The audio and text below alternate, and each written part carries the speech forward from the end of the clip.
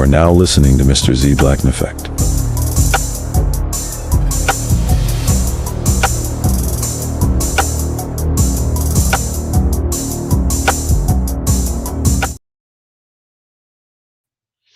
What's going on, y'all? What's going on? What's going on? Like, share, subscribe, hit the super chat on the way in. Not Mr. Z starting on time. Z, you like 5 minutes late. Not Mr. Z starting on time. I said what I said. We will be covering something. It's only a couple minutes long, actually. So we don't have no 10-15 minute long thing to cover today. This is about 3 minutes long, give or take. And it speaks to something I've said before. If I can only find that stream where I actually said it a couple of times, actually, but it was one where I went into detail about this. Black women being the mascot for extreme feminism, for radical feminism, for all of that, right? And here we have Dr. McMillan speaking about that, right? So let's get underway and let's see whether we agree with her or not. And I think she has something important to say, and here we go. All right, y'all. Patriarchal forces, white men in particular, powerful white men, are punishing black women for radicalizing white women. Because we were the face of Black Lives Matter, because we were the face of DEI, because we were the face of the social justice reading groups, because we wrote the books, because we were the pundits and the commentators on news media, et cetera, et cetera, et cetera, I think that they blame black women for radicalizing white women. I don't get the sense that there is as much a hit list for black women like there are for like political enemies, so much as there is just a sort of diffuse, massive disdain for black women, and whatever black woman bubbles up in any particular moment can become the target, can become the vehicle for sort of white rage.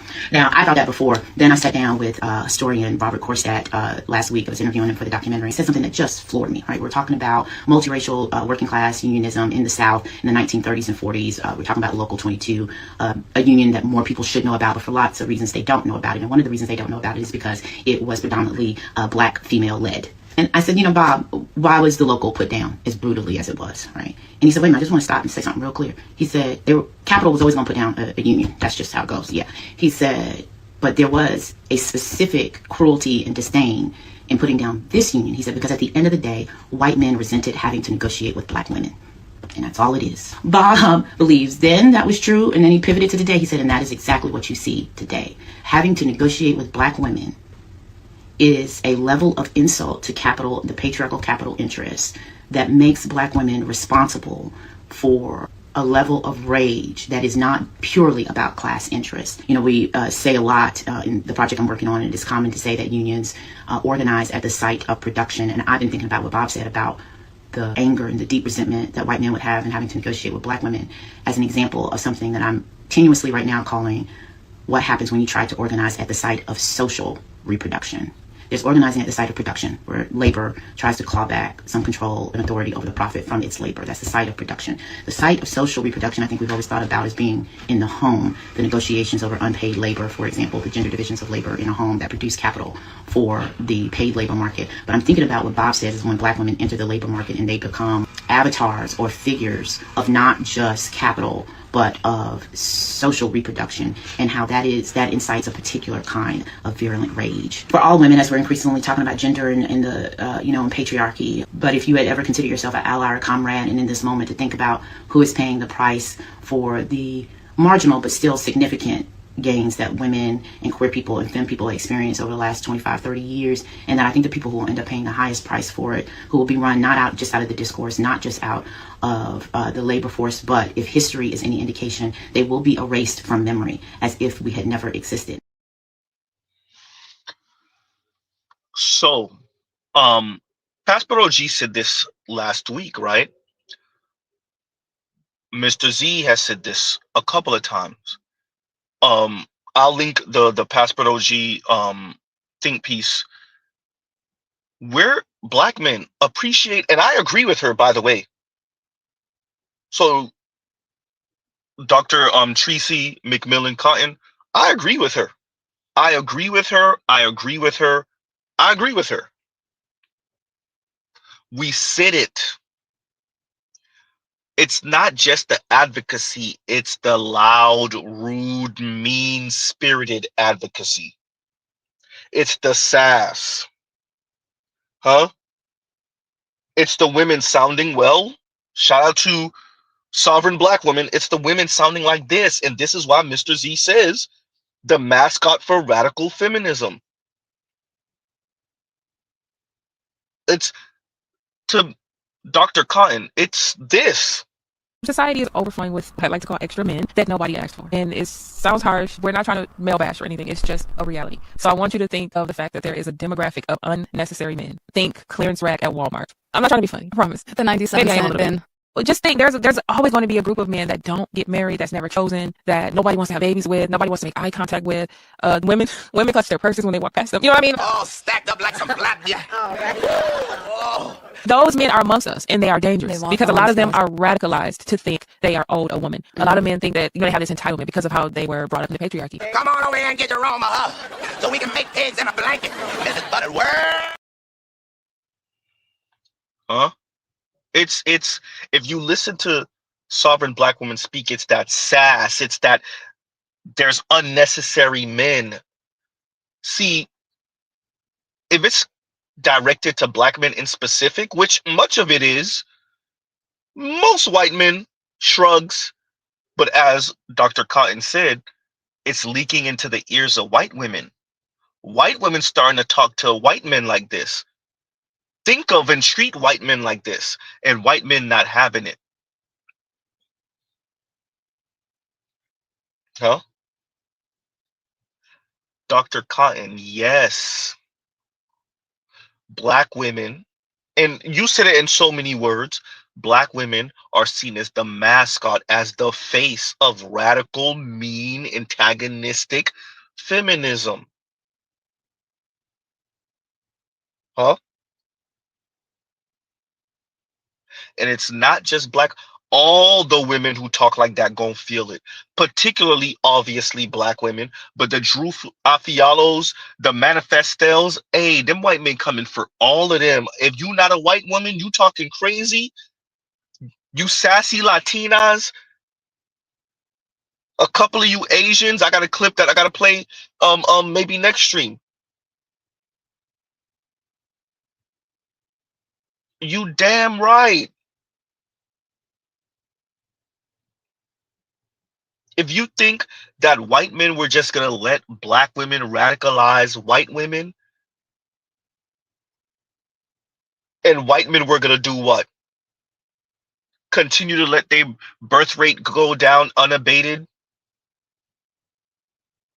Have mean, snarky, you think white men were gonna have white women telling them they ain't ish? Calling white men sperm donors? Yes, we know there are feminists. Yes, we know there are white women that talk like that. But you think white men were going to let that start leaking up into what? Solidly upper middle class? You think that was going to happen without a fight? No. Radical feminism is for you women of color, particularly you black women. You talk to you talk to black men like that. We've said this before. All that antagonistic, mean, snarky, rude stuff. Yeah, black women, go ahead and do that to black men all day, every day. Huh? And everybody in society will cheer you on. But if you start whispering in white women's ears on some Salem witch trials type thing, for all of you that know the backstory, shout out to nameless protagonist who put me onto the backstory. And the black woman from the Caribbean that was who jumped it off. Huh? You think white men were just gonna sit by and so this goes back to so you have this PhD who's saying the same thing. So this goes right back to when I was covering black women Or better yet, Anton and BGS saying, "No, black women, you ain't being targeted." I was like, I don't know, BGS. I don't know, Anton. Yeah, I think they kind of are being targeted. I think they kind of are being targeted. Huh? Yikes.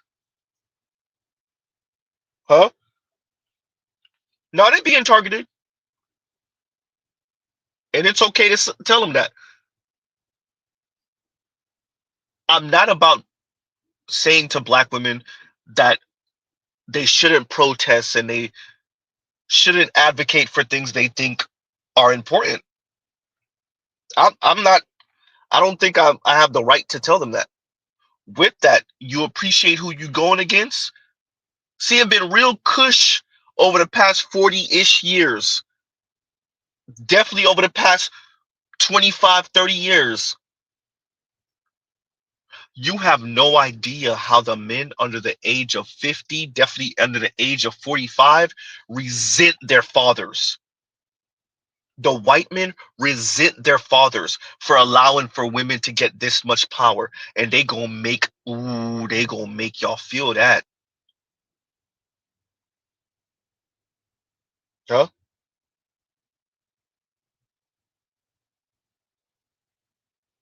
They gonna make y'all feel that. Black women, you have no idea how much white men resent the environment. Y'all think y'all know. Huh? You think you know.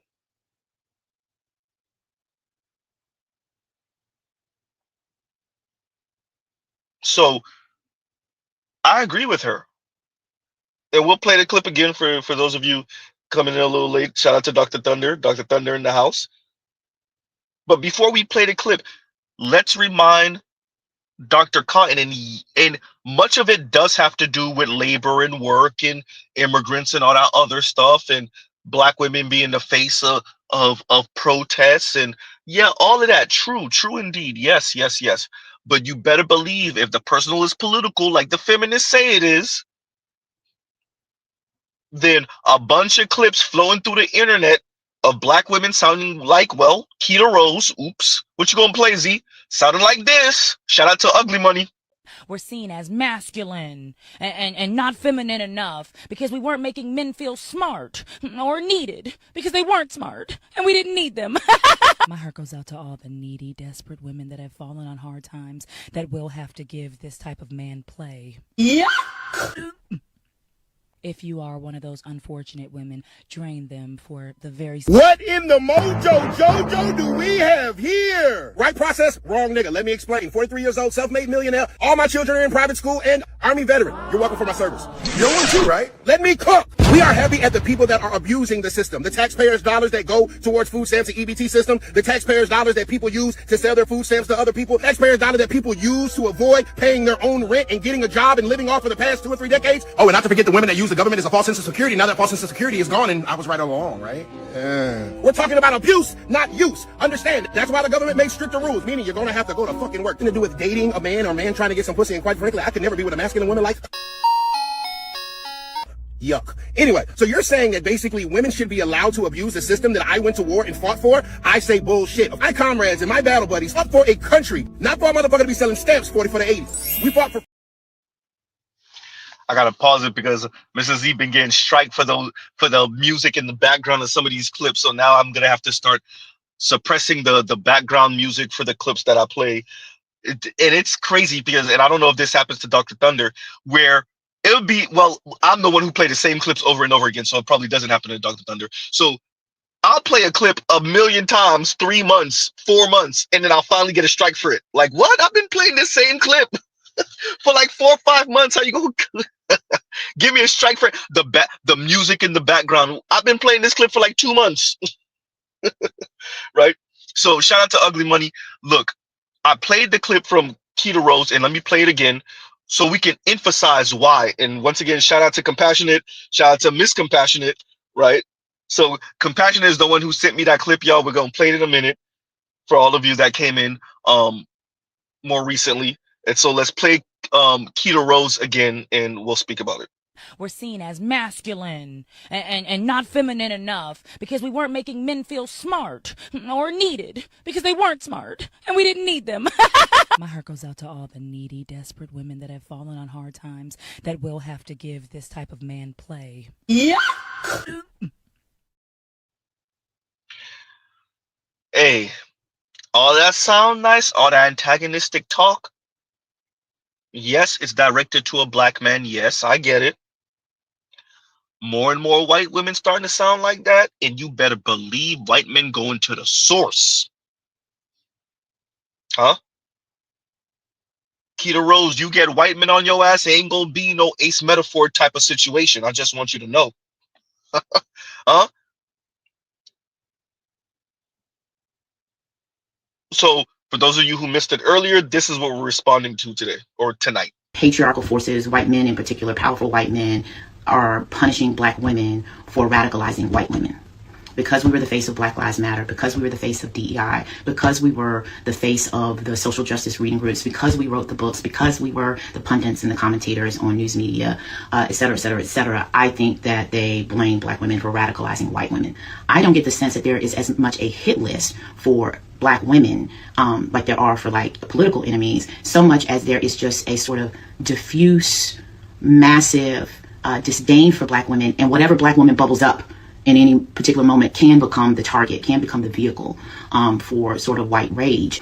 Now, I thought that before. Then I sat down with historian Robert Korstadt last week. I was interviewing him for the documentary. He said something that just floored me, right? We're talking about multiracial working class unionism in the South in the 1930s and 40s. We're talking about Local 22, a union that more people should know about, but for lots of reasons they don't know about it. And one of the reasons they don't know about it is because it was predominantly black female-led. And I said, Bob, why was the Local put down as brutally as it was, right? And he said, wait a minute, I just want to stop and say something real clear. He said, Capital was always going to put down a union. That's just how it goes, yeah. He said, but there was a specific cruelty and disdain in putting down this union. He said, because at the end of the day, white men resented having to negotiate with black women.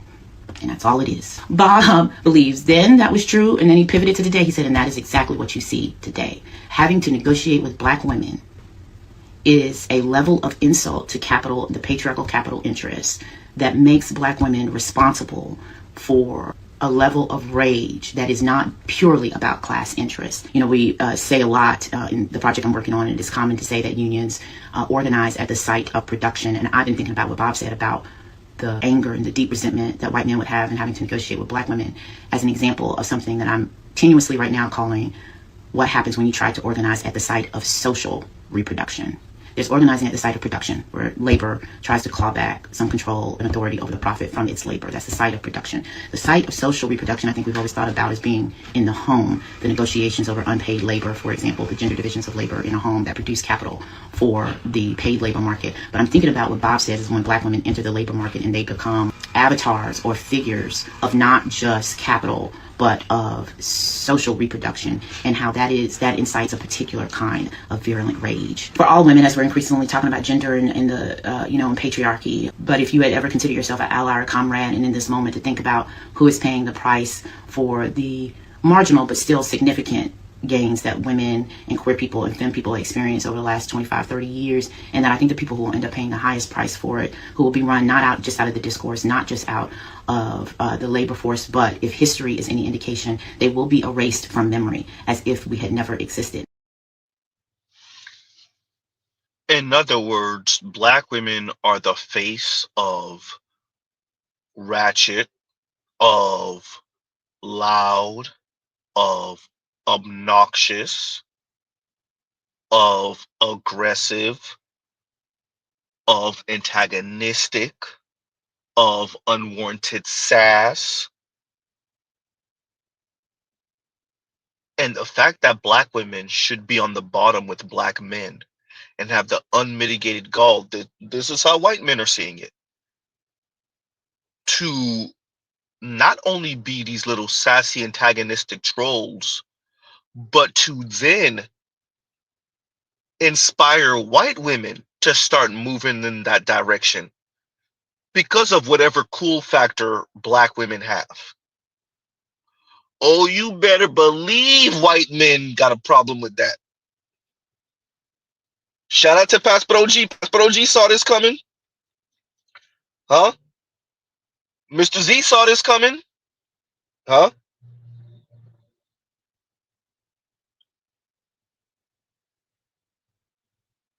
Ah, this is what I'm saying. And St. Cyr says, poor people and femme people, all that LGBTQ talk smeared through there. Look, that, and this is what we're saying.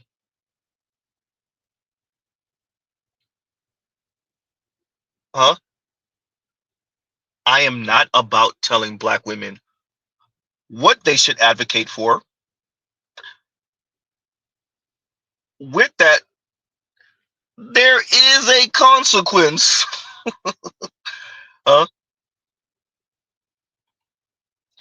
Once white women started getting it in their mind that they could maybe start talking like black women, oh, you know it was gonna be a street fight. Huh?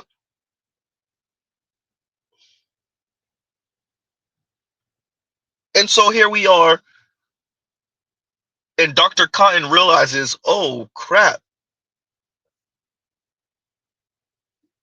the white men are targeting us because they feel like we're radicalizing white women. And you damn right. Hey girl, you got a little time to laugh? Okay. Last week, this article went triple platinum in British Vogue. It's called, Is Having a Boyfriend Embarrassing Now? I fear the answer is yes. Okay, so before you say, this sounds like single women talking, quiet coyote. She only interviewed women in relationships for this article, and they're embarrassed of y'all. Imagine that. Who is doing the public relations for straight men in 2025? Please come to the front, cause you're fired. You're doing a terrible job. I know the product is problematic, so maybe that's why it's so hard to sell it, but every day I get on this app and there's a 62-part series from a girl who thinks she met the love of her life and she's living with him but doing all the work because he don't do girl work. Or she's a single mother, but she's married and he lives in the house. Ooh, yuck. Whoever doing the PR for married women, y'all also doing a bad job because I don't want it. I stopped dating this dude once because he couldn't even tell me that he liked me. He'd be like, Maria, I fucks with you. And I'd be like, what does that mean? And he'd be like, you know, I fucks with you. Sorry? Are you trying to say that you like me? Nah, what would my boys think if they heard me talking like that? Are they here? Are your boys here? Okay, I didn't know you was gay. Happy Pride. Why are you thinking about them when you with me? Okay? Yuck. Multiple levels and layers of ick. A lot of these men think that they're the prize, but I don't feel like I want anything. Also, if y'all gonna refuse to go to therapy and you think that you are the prize, you should be a top tier physical specimen. Why, as a man, you don't have no abs? Huh? Where are the abs? You know, once again, the personal is political. So we know she's probably speaking about black men. With that sass, that snarkiness, the sarcasm, I want y'all to appreciate that non-black people are watching this. Non-black men are watching these clips. It was a black woman who wrote the article. Black women are disproportionately responding to the article. White men are watching. The Stephen Millers and the JD Vances of the world are watching. Huh? Barron Trump is watching. Goddamn Z. Big Balls is watching. Do black women appreciate the environment they're in right now? Look, I have my suspicions of Big Balls and that whole being jumped by those young men, young black men, apparently when he was trying to save a white damsel in distress from being attacked. Look, allegedly. If y'all believe that story, I don't know what drugs y'all on. Okay, I said it. Anyway, moving along, I'm gonna leave that one alone. But once again, Big Balls is watching. That little Indian cat that's rolling with them, he's watching. All that team of wannabe Elon Musk, that Elon Musk had letting those federal workers go. They're watching. Barron Trump is watching. Black women, do you appreciate what you live in? Huh? Dr. Thunder said Pookie got abs. Hysterical. Huh? Yeah, excuse me. Yes, you're right. Lithium, Vivek is watching. Sagar and Jetty is watching.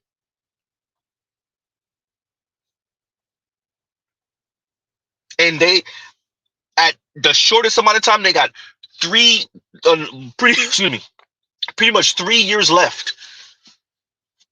They're gonna make y'all feel it over the next 3 years. It was so prescient what Pastor G said on that thing piece he put out a few days ago, and I'm gonna link it in the description box after. So shout out to the replay gang, right? Like, share, subscribe, hit the thank you button, hit the hype button. Shout out to the replay gang. I'll put the link after the stream. But at the end of one of Pastor G think pieces from earlier last week or mid last week, he said it like essentially, I'm not gonna get in the way of what the white dude's gonna do with y'all. Because we could see y'all too loud, y'all too antagonistic, you too sassy, you too snarky, and now the racist anti-black folks, now they're making videos, AI generated videos with black women talking about EBT and SNAP,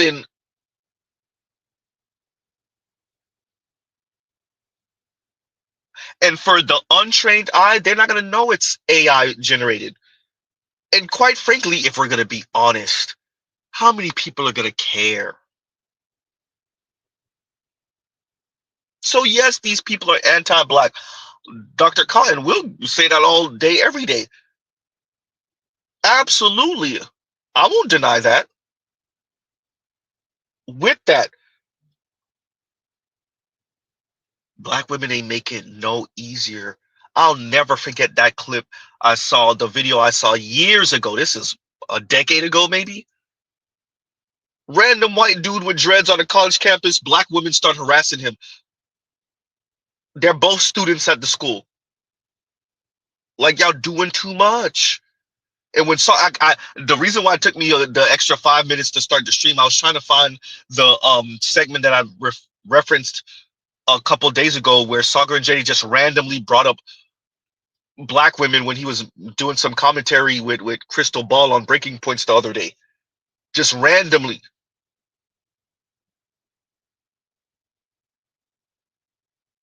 Huh?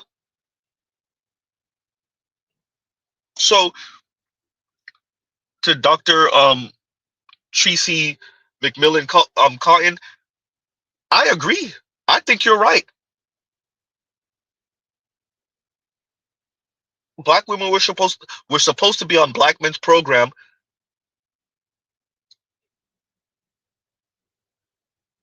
but they decided they'll go a different direction and advocate for things that maybe black men wouldn't have advocated for, and advocate in ways that maybe black men wouldn't have. And well, we're here now. It's going to be a long 3 years. It's already been a long year, and we're not even a whole year. We're not even a whole year since Trump got inaugurated, or elected, better yet. Well, elected, yes, but inaugurated, no. Well, I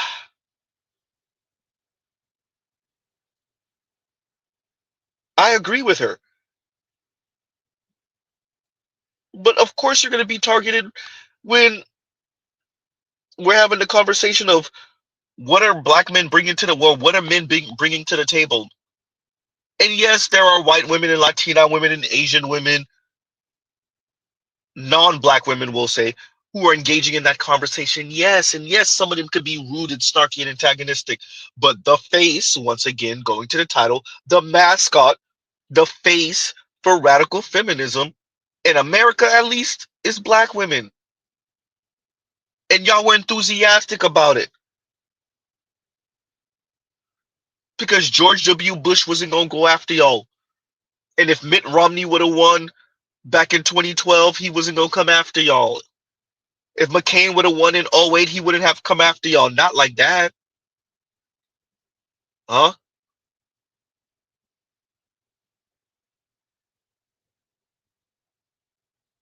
Barack Obama didn't come after y'all.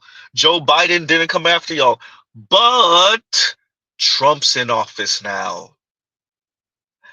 And Stephen Miller got his ear. Ooh. JD Vance is vice president. Mm.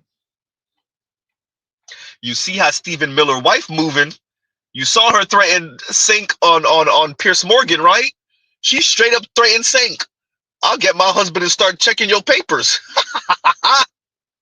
That's how they're moving, black women. Ah. Meanwhile, y'all sounding like this.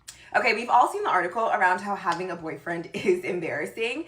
And I think it's now formally codified this new social hierarchy between men, women, and heterosexual relationships. What this really showed me is you cannot gain social status from being partnered anymore, unless like there's very fringe cases, but it's rare, right? Being partnered to a regular dude, you're not gaining social status. However, you can lose social status by being partnered. And this is really, really critical. Being is because as humans in this social ecosystem, we participate in something called associative status, meaning we derive your status by the associations around you, the school you went to, the people that you hang out with, the places you visit.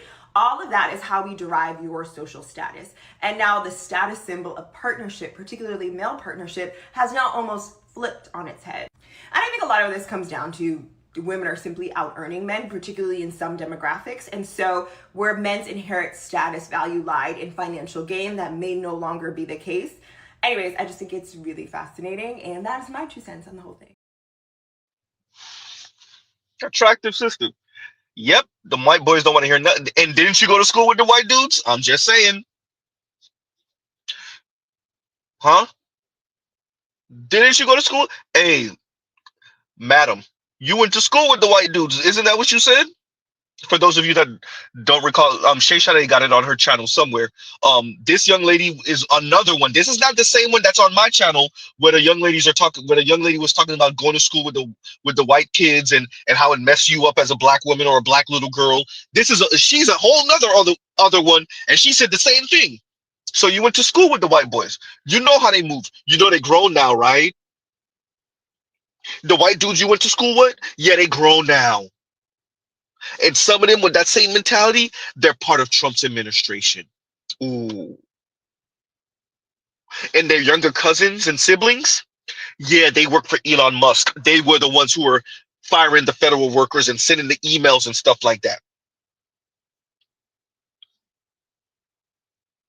While you're saying they're kind of obsolete right now, the men aren't really needed. I want you to understand that the white dudes you went to school with, yeah, you know they grown now, right? Ugh. And Dwayne says, and thank you for the super chat. Like, share, subscribe, hit the super chat. Dwayne says, like KS said, like Kevin Samuel said, winter is coming. No, winter is here. Look, Dwayne, winter is here. Ain't no winter coming. Winter is here. Old man winter is freezing everybody it can get a hold of. Huh? Winter is here. The women said they'd rather choose the bear. Look, polar bears are biting people's face off.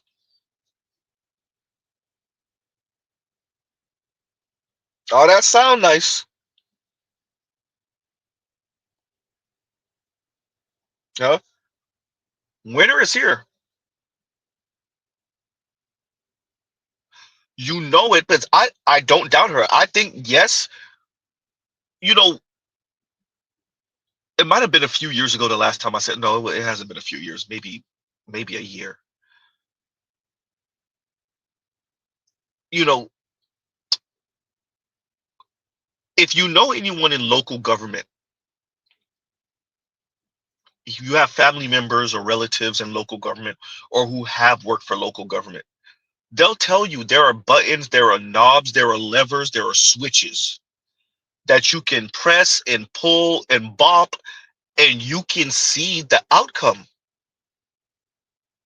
And it don't have to look like you targeting one demographic, but you are, huh?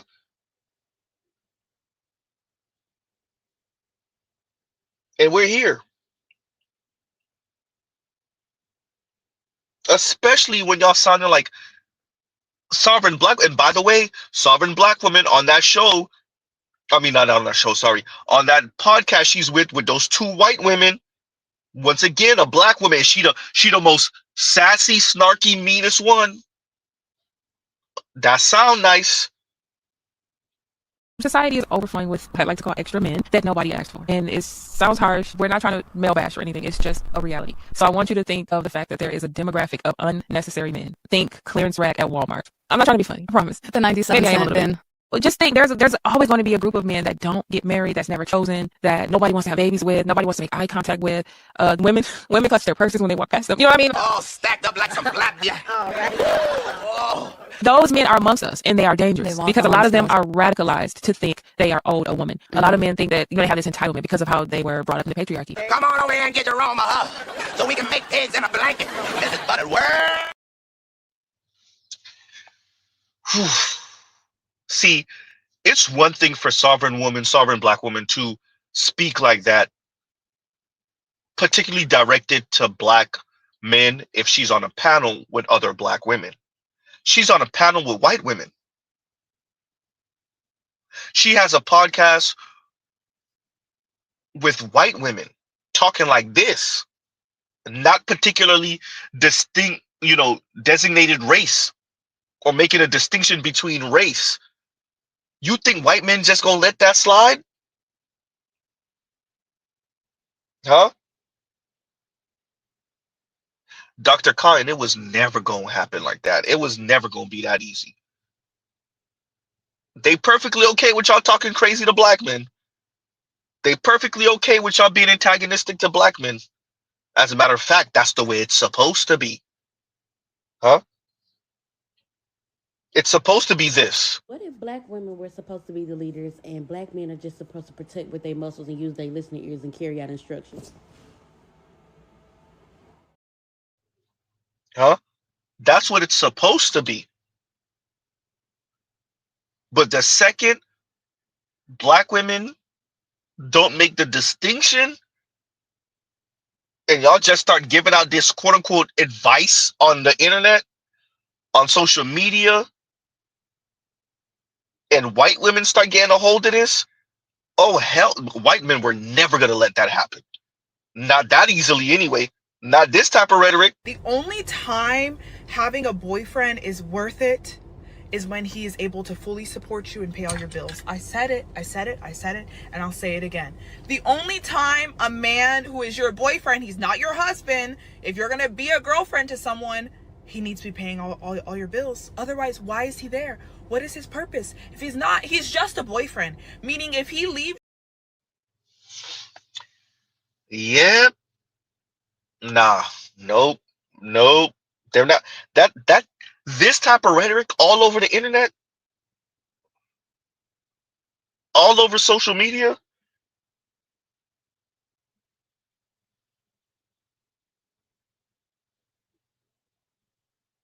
And y'all thought white men were just gonna let that slide?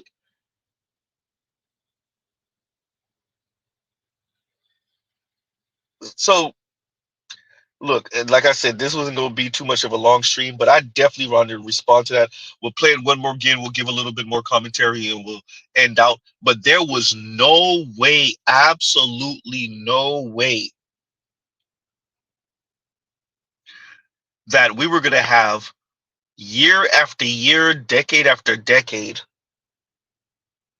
of black women in particular with the cheering other women to explore their options, right?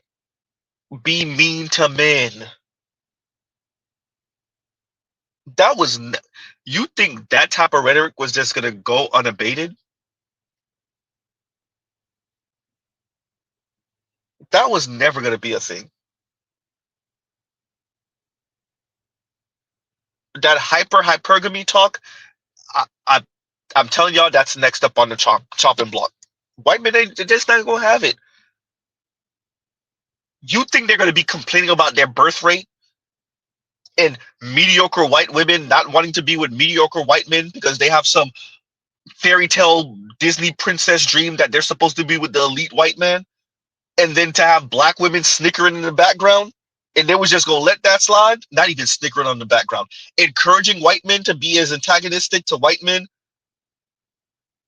as black women are to black men. You think that was gonna slide? Absolutely not. Y'all notice Mr. Z is kind of,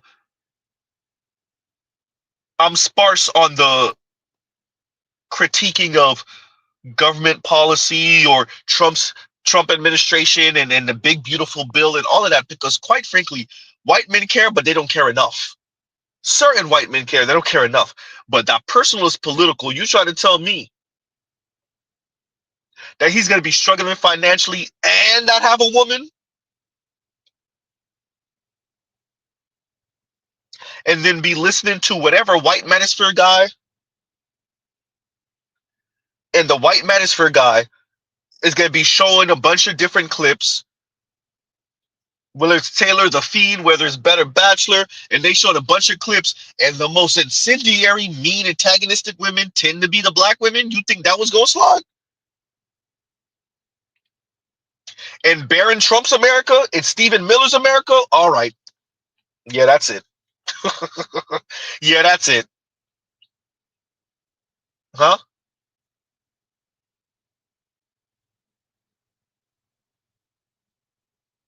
Continuing. Patriarchal forces, white men in particular, powerful white men, are punishing black women for radicalizing white women.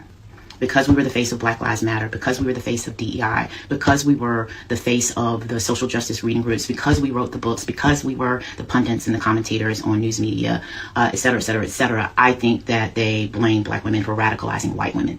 I don't get the sense that there is as much a hit list for black women like there are for like political enemies, so much as there is just a sort of diffuse, massive disdain for black women, and whatever black woman bubbles up in any particular moment can become the target, can become the vehicle for sort of white rage. Now, I thought that before. Then I sat down with historian Robert Korstadt last week. I was interviewing him for the documentary. He said something that just floored me, right? We're talking about multiracial working class unionism in the South in the 1930s and 40s. We're talking about Local 22, a union that more people should know about, but for lots of reasons they don't know about it. And one of the reasons they don't know about it is because it was predominantly black female-led. And I said, you know, Bob, why was the local put down as brutally as it was, right? And he said, wait a minute, I just want to stop and say something real clear. He said, Capital was always going to put down a union. That's just how it goes. Yeah. He said, but there was a specific cruelty and disdain in putting down this union. He said, because at the end of the day, white men resented having to negotiate with black women.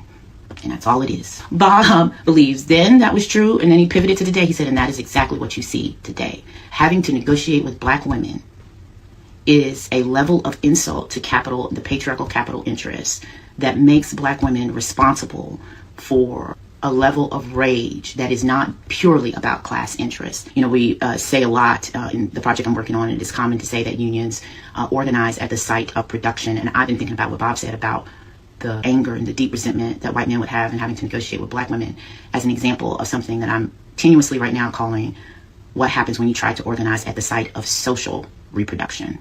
There's organizing at the site of production, where labor tries to claw back some control and authority over the profit from its labor. That's the site of production. The site of social reproduction, I think we've always thought about as being in the home. The negotiations over unpaid labor, for example, the gender divisions of labor in a home that produce capital for the paid labor market. But I'm thinking about what Bob says is when black women enter the labor market and they become avatars or figures of not just capital, but of social reproduction, and how that incites a particular kind of virulent rage for all women, as we're increasingly talking about gender and the in patriarchy. But if you had ever considered yourself an ally or a comrade, and in this moment to think about who is paying the price for the marginal but still significant gains that women and queer people and femme people experience over the last 25, 30 years. And that I think the people who will end up paying the highest price for it, who will be run not out just out of the discourse, not just out of the labor force, but if history is any indication, they will be erased from memory as if we had never existed. So, you know,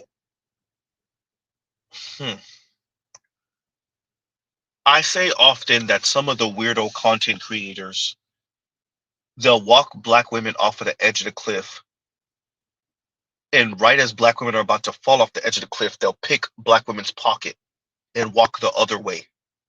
They won't fall. What we do here is more than just he-man, woman hater, rail against black women. We have been speaking like this for a decade. For a decade. More than that if you count Black Manosphere 1.0.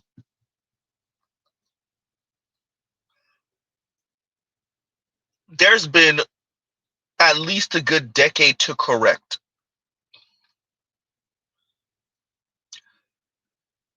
And black women gave us the middle finger. And less than a year in 2025, we witness black women lose 100,000+ jobs in a month, 300 and some odd thousand jobs in the span of what, 4 or 5 months, 6 months maybe? And something I saw said black women over the span of the past year or two lost some 500 and some odd thousand jobs. Okay, cool. We know single and childless black women have the least amount of wealth in America, right? We know this. Black and Latina women who never marry are the least wealthy in the US. We're witnessing the Democrats and the Republicans play chicken with the US economy.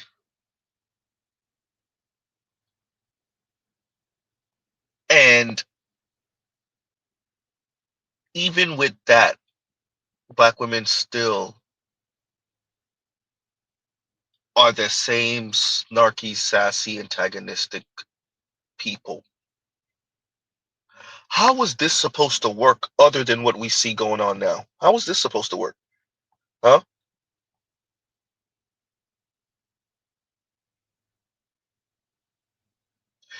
What we do here is more than just rail against black women all day. I know that's what black women want to frame it as, right? The Kim Fosters of the world, the FDs of the world. I know, they want to frame it like that, but we're here now. Do people appreciate how Black Lives Matter was perceived?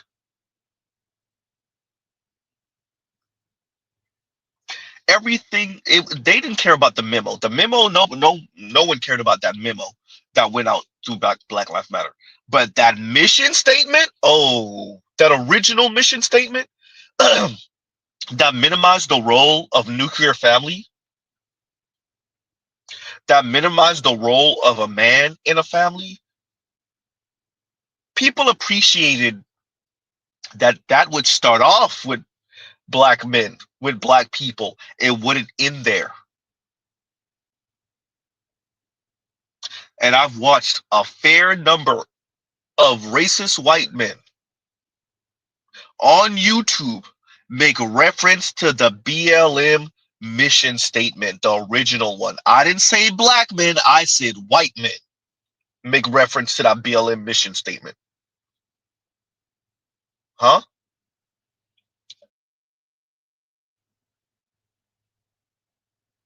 And Dwayne says, and thank you for the super chat, he says, we are headed to the night of broken glass, Crystal Knock. And these women are talking like this? Yes, bro. Yes. Yep. Exactly. It's it's naive. I think there's a status quoism going on here, where a a lot of folks, and this is not exclusive to black women or black people, have they're they think the white folks that they've seen over the past 40 or some odd years, like that's the white folk, like that's the white people. And I'm like, right? And so like the status quoism says like there's going to continue to be this the status quo of progress, or at least how these people perceive it. And they can continue to be these hyper individualistic people. You see more and more white men in particular becoming more and more religious because they need that, right?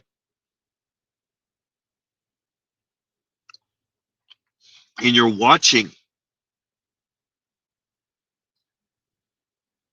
funny enough, both black women and white men, for their own different reasons, say F the institutions.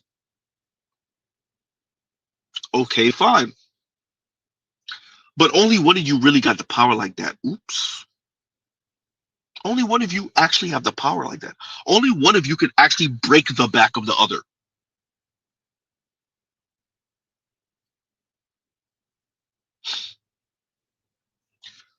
You know, the black talking heads on the internet, these random black women who record themselves talking crazy on TikTok, Instagram, YouTube, Twitter,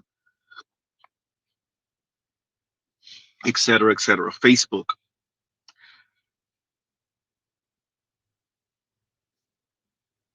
I don't think they really appreciate what they signed up for.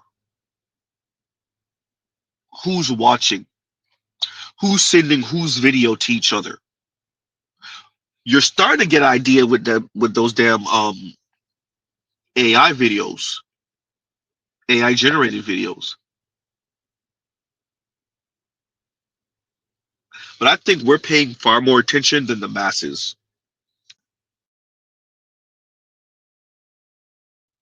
We're paying far more attention than the masses.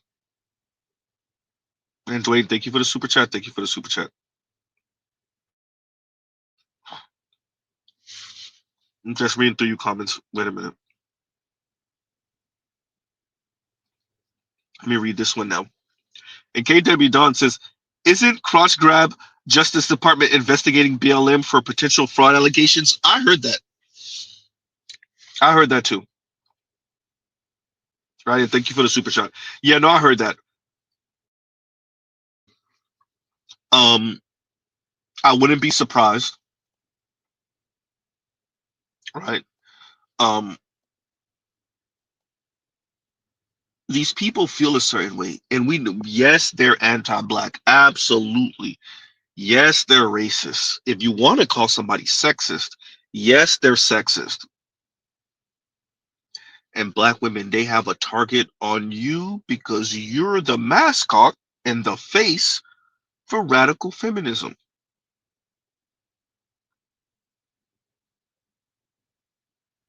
Huh? They were never just going to let you burn it to the ground because you can't be upper middle class and rich white women.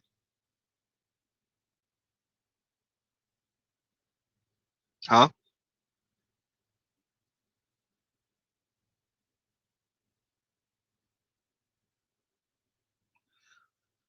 So I meant what I said earlier. Barron Trump is listening and watching. Stephen Miller is listening and watching. JD Vance is listening and watching. None of these men are old. None of them are old. Big Balls is listening and watching. The Indian Cat and the rest of them that were part of Elon Musk and Doge are listening and watching. And those are young men. Were any of them over the age of like 25, 26? Weren't they all like 19, 20, 22, 24 years old?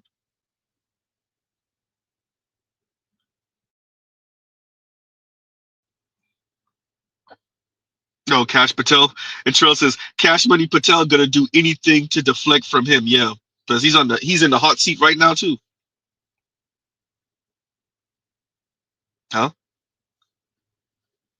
I'm not about calling men ugly, but god damn. Huh? Huh? Shout out to his lady. Man, looking like the goddamn warthog off of Lion King. Jesus. Hey, I wonder if she got to take drugs or drink something before they get it in, because oof. Let me stop. With that, talking about being antagonistic.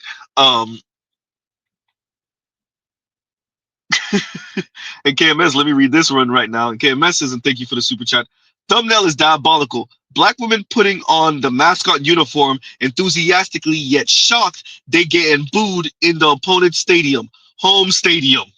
Well, home stadium question mark. Yeah, well, see, this is the thing, KMS. And that's why you see me walking this line where I'm not about telling black women not to protest, not to be antagonistic sometimes. I mean, like, this is what a protest is not to have certain political views that go against the grain, like we're black in America. This is to be expected. With that, all of us clearly have been here to see how things have gone down over the past 40 some odd years in America, and definitely over the past 2 decades concerning black women and how they've been speaking, particularly on the internet. Like, we have our own issues with them concerning black man, black women relations. But too many people have salty experiences concerning black women, from customer service to even the and this is when you can bring up the what's her name out of Jasmine Crockett's. This is when you can bring up Fannie Lewis. This is when you can bring up what's her name out of Baltimore, or when she was in Baltimore. Um, black black men are not black women's issue here. White men have been watching, huh? White men have been watching, and so yes, scammers, black women are the mascot for the insanity. And shout out to Louis for the thumbnail and for the background, huh? This is what they signed up for.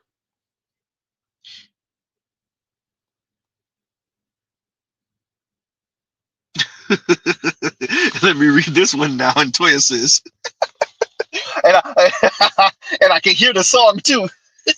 I hear you, Toya. I see what you did there. And Toya says, who you calling a mascot? Queen Latifah voice. Big Jersey. Wait, let me do that again. Who you calling a mascot? Queen Latifah voice. Hashtag Big Jersey. Hashtag endorsement. Hashtag you get a let's say you get a cape. Oh yeah, you get a cape. You get a cape. You get a cape. You get a cape. You get a cape. And she says, Radfem, radical feminist, y'all. Radfem brought to you by Oprah. Yeah. Look, and we're here now. It was a horrible play, and I've been saying that white women gonna leave y'all in the lurch. They gonna run right back home to white men, or they're gonna get quiet. Let's be very clear. There's white women that's really about that life. They're just gonna get quiet. They're gonna get quiet. They're gonna put out Homer Simpson disappearing into the hedge meme on y'all. Huh? The white women with the purple hair, the one I played the other day. Do I still got it up? Let me see if I got it up. Let me see. Do I still got it up? Wait a minute. I took it down. Yeah. But the white feminists with the purple hair, they're gonna dye their hair black. They're gonna dye their hair back to what it was. They're gonna do that. They're gonna take the septum rings out, the nose rings out, and you would never know. Put on a dress, start going to church. Huh?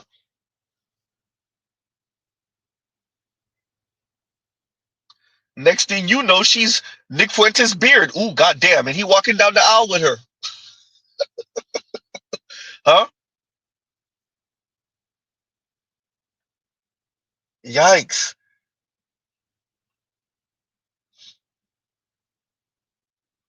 So yeah, look, Toya, it's a bad look. It's a bad look.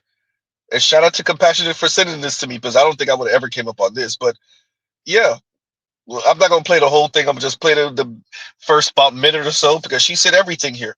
Patriarchal forces, white men in particular, powerful white men, are punishing black women for radicalizing white women.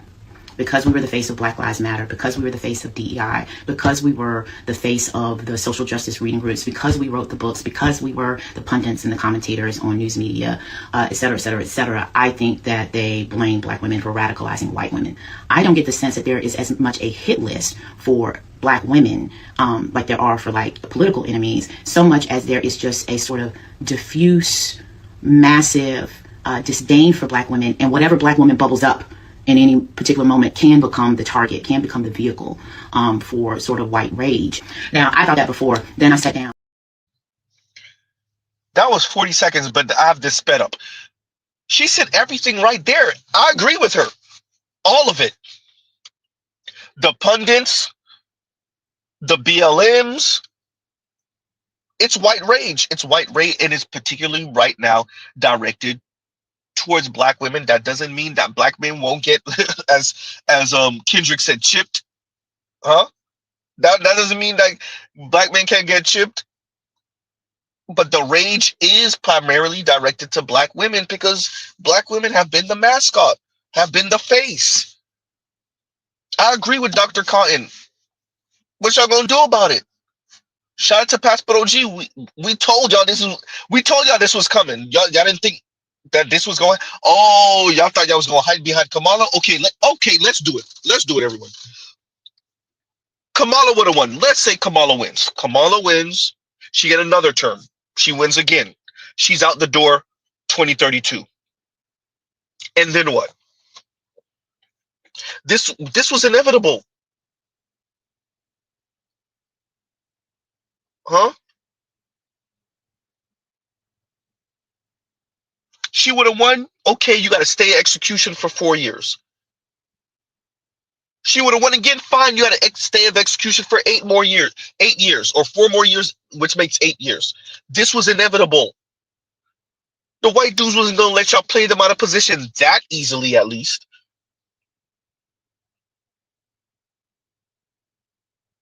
She's right.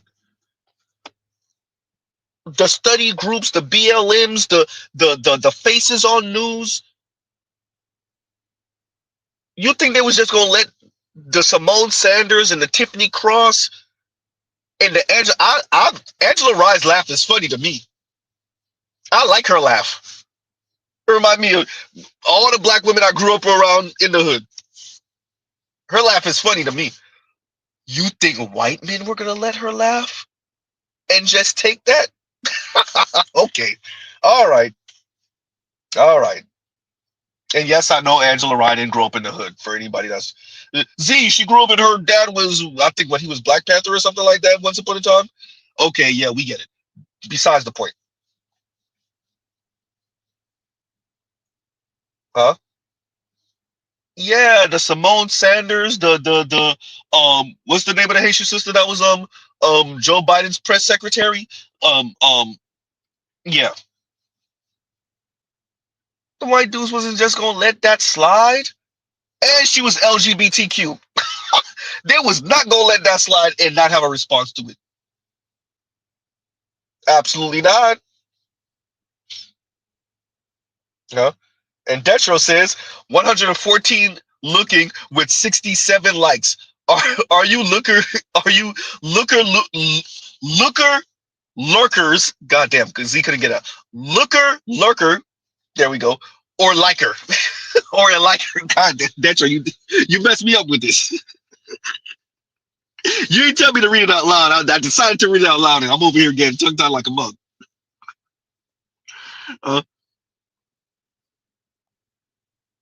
Man. And let's read this from KMS. And KMS says, it's the fact that they are shocked by the booze that is the head scratcher. You don't experience, you boo. Look, I think when you think you're on the right side of history, you're somewhat surprised that people are fighting you. Like, be clear, black women are black, and they're gonna be things that we align on. We ally on. What is Mr. Z saying? But black men and black women's politics have become more and more divergent. They have diverged more and more.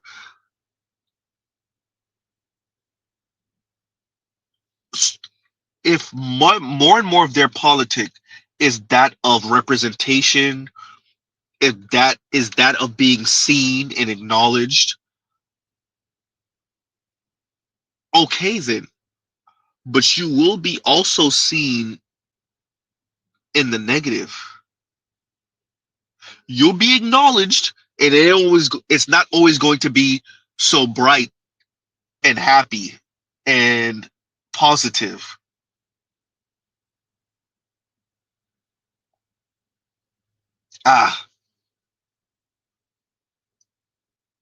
So the fact that they're shocked that they're getting booed, they think they're on the right side of history. They feel that they're on the right side of history.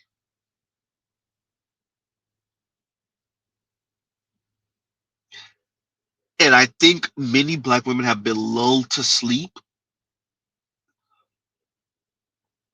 because I don't know how many of them are students of history and appreciate some of those white liberal dudes y'all around or y'all on college campus with. Those do not represent the masses of white men. The masses of white men, particularly under the age of 35, are moving like Nick Fuentes. Huh?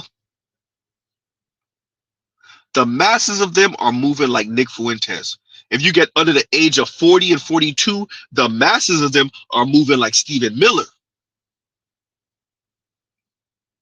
Huh?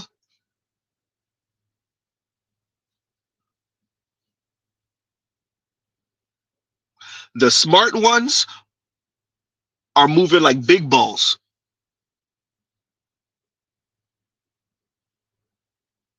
The non-black, non-white ones are moving like Sagar and Jetty. Sagar is 33. He's 33 years old. The ones with political aspirations that ain't black or white, they moving like Vivek. That's the people you're in the country with, black women. They moving like not Nikki Haley. What's her name? Mrs. Z forgot her name. Her face is right there. Mindy Kaling's brother. There you go. They moving like Mindy Kaling's brother. No? What was the name of the dark-skinned Cuban dude from Proud Boys? They moving like him.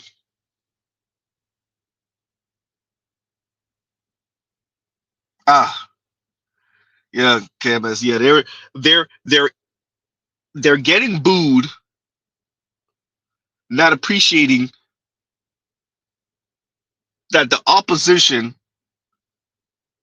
First of all, you're a mascot. Secondly, the opposition got a bunch of goddamn Confederate flags. Do you not notice? No.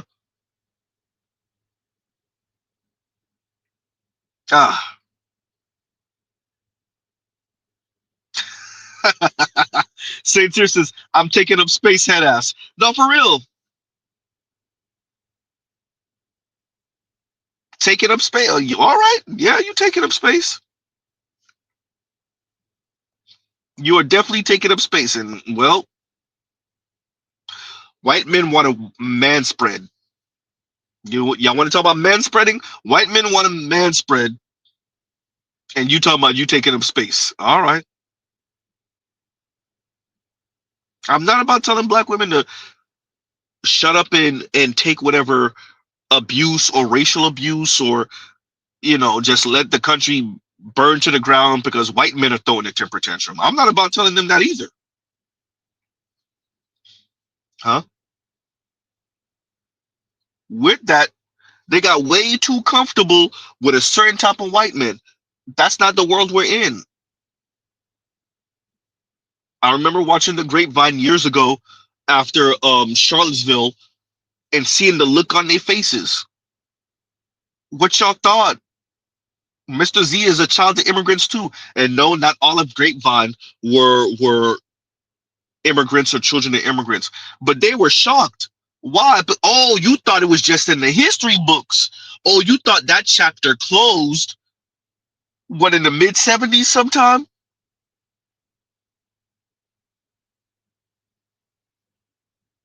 Huh? Oh, you thought the white dudes, you thought America didn't produce white men like that anymore. Yeah. Remember Nick Fuentes was there. How old was Nick Fuentes back then? What, 19 or something like that? 18, 19, maybe 20? I don't even think he was 20. Uh-oh. Huh?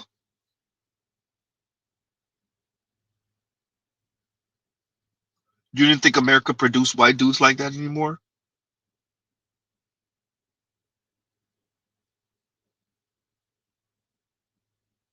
Do y'all hear Nick Fuentes speak? He's up on the lingo. Huh? He's paying attention.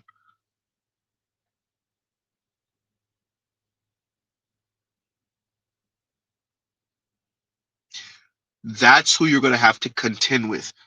He's in his mid-20s. You going to have to contend with that dude for maybe the next 50, 60 years. If he lived as long as Carter, goddamn.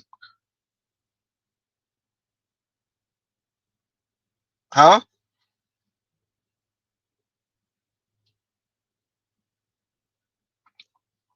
And that's the person who y'all are antagonizing. I'm not saying that to stand your ground with that. Appreciate who you dealing with. Y'all did too much with that BLM thing. Y'all, that mission statement said everything. Anyway, JD says boyfriend embarrassing when Kayla was dating Kelsey. Look, once again, black women will always tell you, and they will maintain that it's different when they date out compared to when you or another black man date out. You and other black men date out because you don't appreciate black women, because you're a colorist, featurist, texturist, fat phobic, anti-black woman, black man, because you hate what you see in the mirror, because you hate your mama, because you hate black women. That's why you and other black men date out. Black women date out because you hate your mama. And because of you, black men, and your colorism, featurism, texturism, fat phobia. So wait, Z, are you saying that black men and black women date out because black men ain't ish? Yes. If you let black women tell it. So what does this have to do with the super chat? Once again, boyfriend embarrassing when Kayla was dating Kelsey. Yes, but it's different. Kayla was looking for love, don't you get it? She expanded her options. She was open. Clearly she was open, but huh? Clearly she was open. That one we do know. That we know.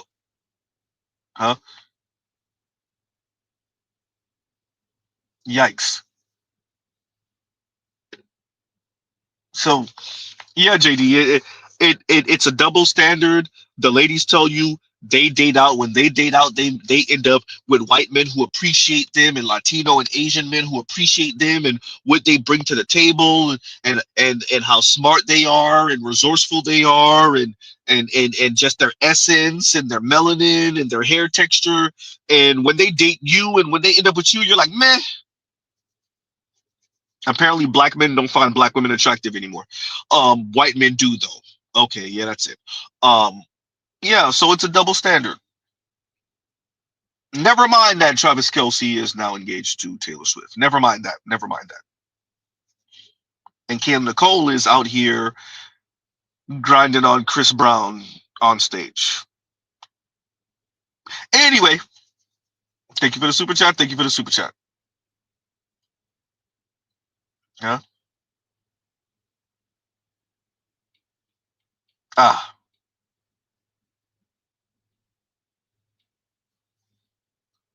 Exactly, Joe. Right. Somebody cue up the Austin Powers meme.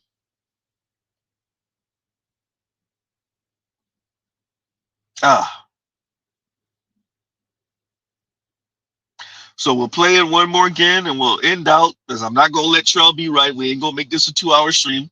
Like, share, subscribe, hit the super chat. Shout out to the replay gang. Hype button and thank you button, please and thank you. Right. So let's and this is what we're responding to, everyone. And let's be very clear once again. The personal is political. To Dr. Khan, I will say too many white men came across and are coming across videos of black women, and yes, they have white women talking crazy on the internet also, but too many of them are coming across videos of black women sounding like this. Hey girl, you got a little time to laugh? Okay. Last week, this article went triple platinum in British Vogue. It's called, "Is Having a Boyfriend Embarrassing Now?" I fear the answer is yes. Okay, so before you say, this sounds like single women talking, quiet coyote. She only interviewed women in relationships for this article, and they're embarrassed of y'all. Imagine that. Who is doing the public relations for straight men in 2025? Please come to the front, because you're fired. You're doing a terrible job. I know the product is problematic, so maybe that's why it's so hard to sell it. But every day I get on this app and there's a 62-part series from a girl who thinks she met the love of her life and she's living with him but doing all the work because he don't do girl work. Or she's a single mother but she's married and he lives in the house. Ooh, yuck. Whoever doing the PR for married women, y'all also doing a bad job because I don't want it. I stopped dating this dude once because he couldn't even tell me that he liked me. He'd be like, "Maria, I fucks with you." And I'd be like, "What does that mean?" And he'd be like, "You know, I fucks with you." Sorry? Are you trying to say that you like me? Nah, what would my boys think if they heard me talking like that? Are they here? Are your boys here? Okay, I didn't know you was gay. Happy Pride. Why are you thinking about them when you with me? Okay? Yuck. Multiple levels and layers of ick. A lot of these men think that they're the prize, but I don't feel like I want anything. Also, if y'all gonna refuse to go to therapy and you think that you are the prize, you should be a top tier physical specimen. Why, as a man, you don't have no abs? Huh? Where are the abs? Dr. Cotton. Videos like that, videos like this. We're seen as masculine and not feminine enough because we weren't making men feel smart or needed because they weren't smart and we didn't need them.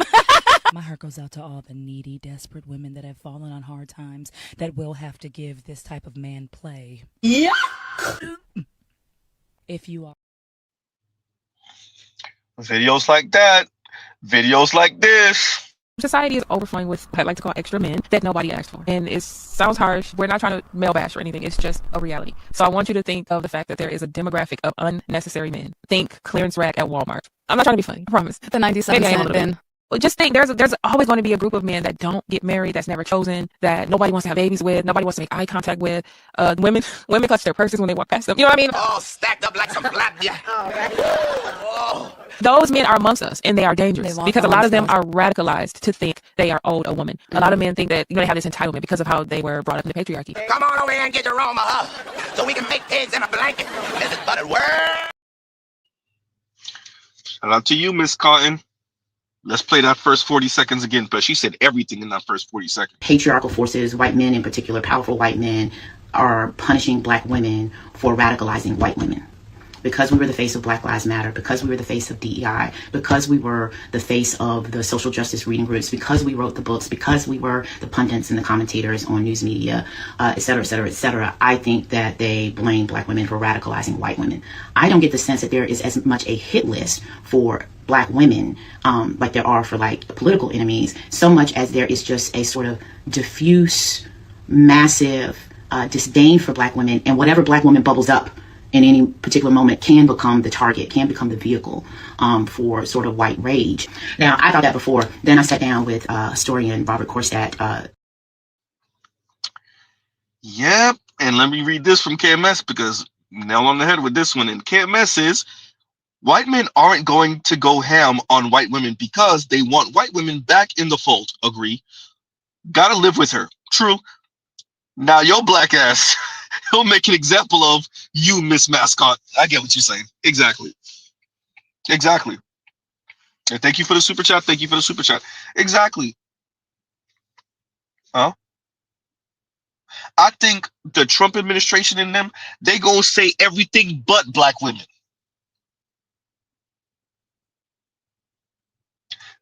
Look, if y'all didn't see Stephen Miller, that's why y'all know I keep on going back to these same things over and over again. If you didn't see Stephen Miller at Charlie Kirk's memorial, if you didn't hear him speak, you don't get it. You don't get it. Huh?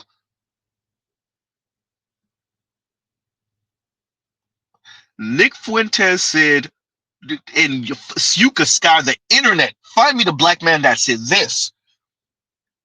Donald Trump wins, he says, your body, my choice. Find me the black man that said that to any woman. Huh? Do y'all know who y'all dealing with?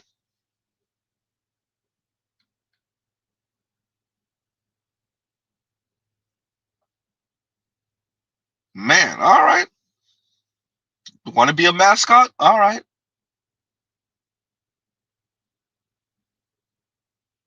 You got state legislatures all across the country saying, yeah, somebody could roll your ass over while you protested and blocking the road, which is part of the goddamn protest. It's supposed to be inconvenient. Shout out to all the people that still don't get it. Or you do get it, you just acting dumb. I hope you're acting dumb. I hope you acted.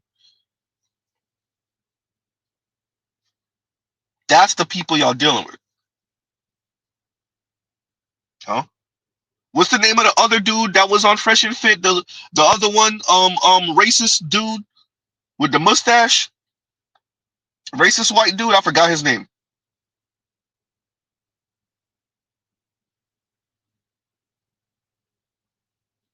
Huh?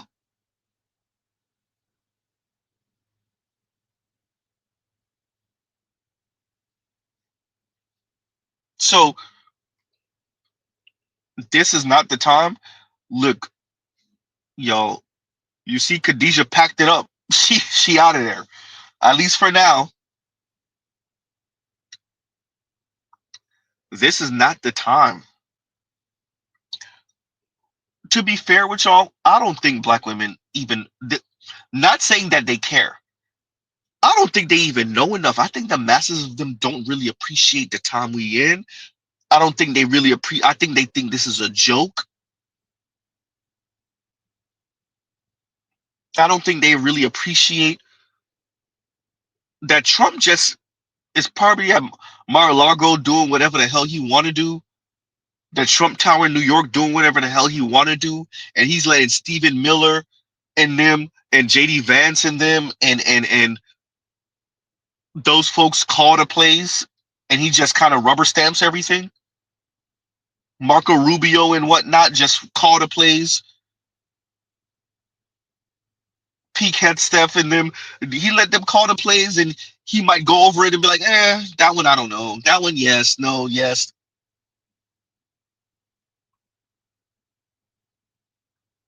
That's who y'all, all right. Huh?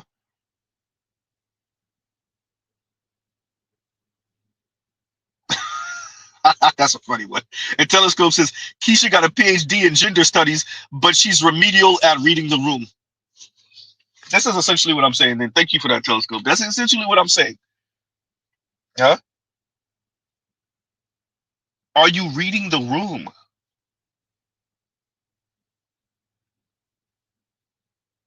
Are you reading the room? This is not the time. Vince says, Z, they're myopic. It's likely that they don't. I really don't think they realize what's going on right now.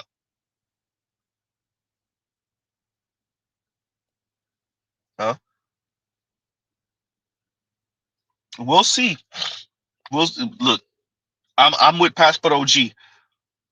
I'm not getting myself messed up because y'all want to be little antagonistic trolls right now.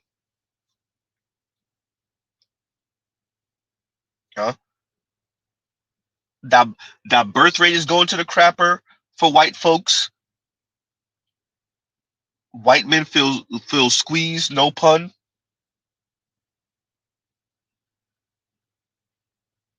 Ugh.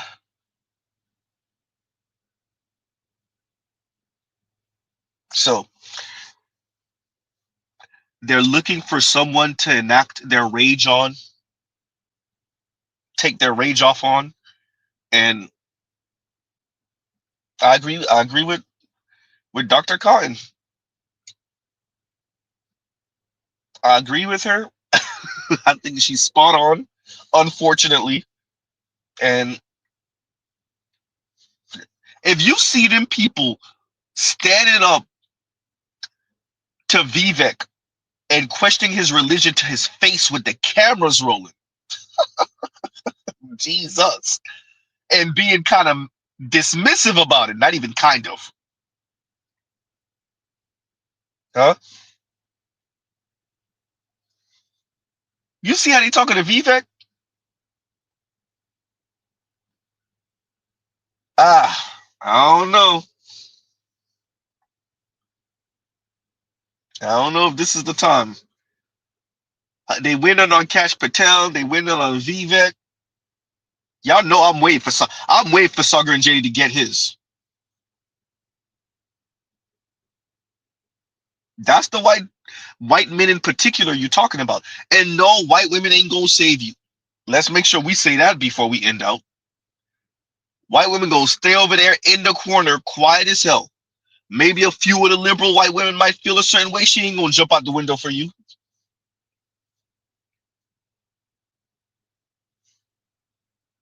Huh?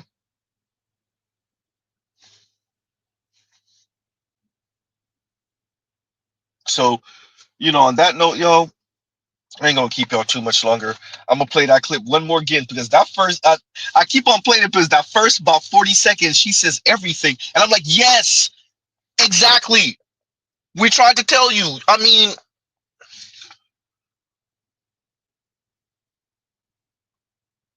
would you think none of the white folks are watching MSNBC and see how Tiffany Cross was speaking?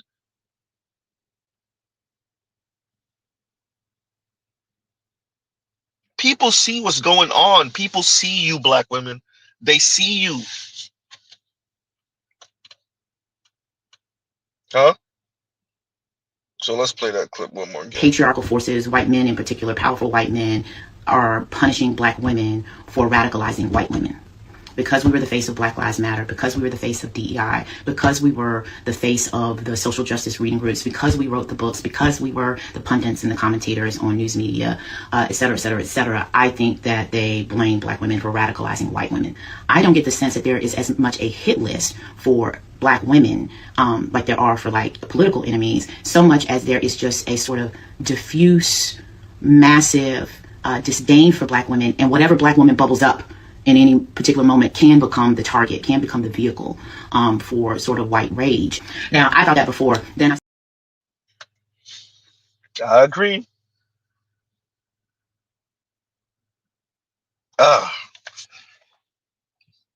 We'll end out with this. When white men see black women, and this is a conversation that I've had with a white dude. I'm gonna say these names because these are he didn't say these names, but these are the type of archetypes they think of concerning social issues, politics, etc. It is Jasmine Crockett. It is Fannie Willis. Huh? That's who they think of. It is Michelle Obama. I want y'all to appreciate, they noticed Michelle Obama too. Conversation. They thought it was mad disrespectful that she didn't show up to Carter's funeral also. Huh? So don't think that's just a Black manosphere thing. They saw y'all with the 92% thing, ladies. Y'all were way loud with that 92% talk. Oh, y'all was loud with that 92% talk. All the pictures, the memes, we saw them. There's the thing. White men saw them too.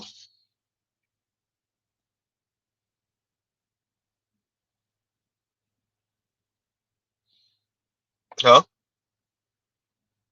White men saw them too. All right. Anyway, y'all.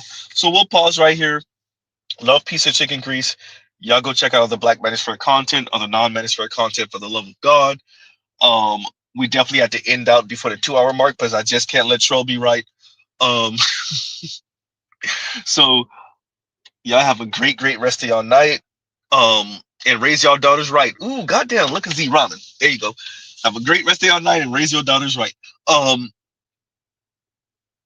not going to tell Black women what they should be marching for, what they should be advocating for, what they should be protesting for. That's up to them and their conscience. With that, appreciating your political capital and when to spend it, that might be something you might want to get into. Just ad hoc shooing at everything, being antagonistic little trolls, being rude, snarky, sassy. I don't know if this is the time. Huh? So, all right, y'all. Mr. ZL, y'all have a great rest of y'all night. Should I do the outro again? I should do the outro again. It didn't feel smooth. It didn't. We'll pause right there. Love, peace, and chicken grease. Y'all go check out other Black Manosphere content, other non-Manosphere content, for the love of God. And y'all go touch some grass. Well, maybe not now. It might be a little too late depending on where you at. All right. Mr. ZL, yo.